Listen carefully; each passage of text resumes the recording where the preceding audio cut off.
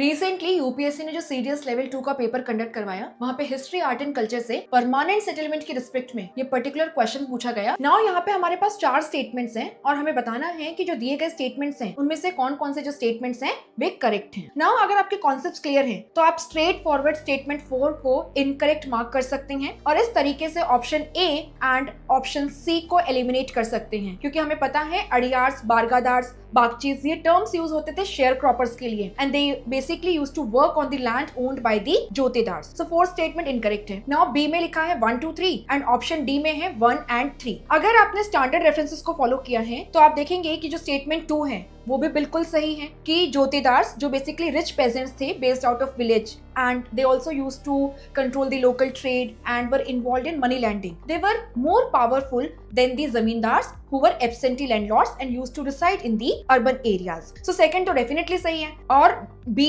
and D में से केवल 2 कहाँ पे है? B में। तो हमारा आंसर हो गया B। As far as हम थर्ड स्टेटमेंट की बात करें जो सबसे ज्यादा अननोन फैक्ट है, तो आप देखेंगे एनसीईआरटी में लिखा है the Raja of Burdwan for instance first transferred some of his zamindari to his mother since the company had decreed that the property of the women will not be taken over। यानी कि जो seemingly difficult statements हैं वे भी directly आपकी NCERT से pick करके statements में रखे गए हैं। ऐसे ही क्विक पॉइंटर्स के लिए स्लीपी क्लासेस को सब्सक्राइब करें एंड नवरात्रि के स्पेशल ओकेजन पे डिस्काउंट कोड चल रहा है जो आपके स्क्रीन पर है, इसे यूज करना ना भूलें।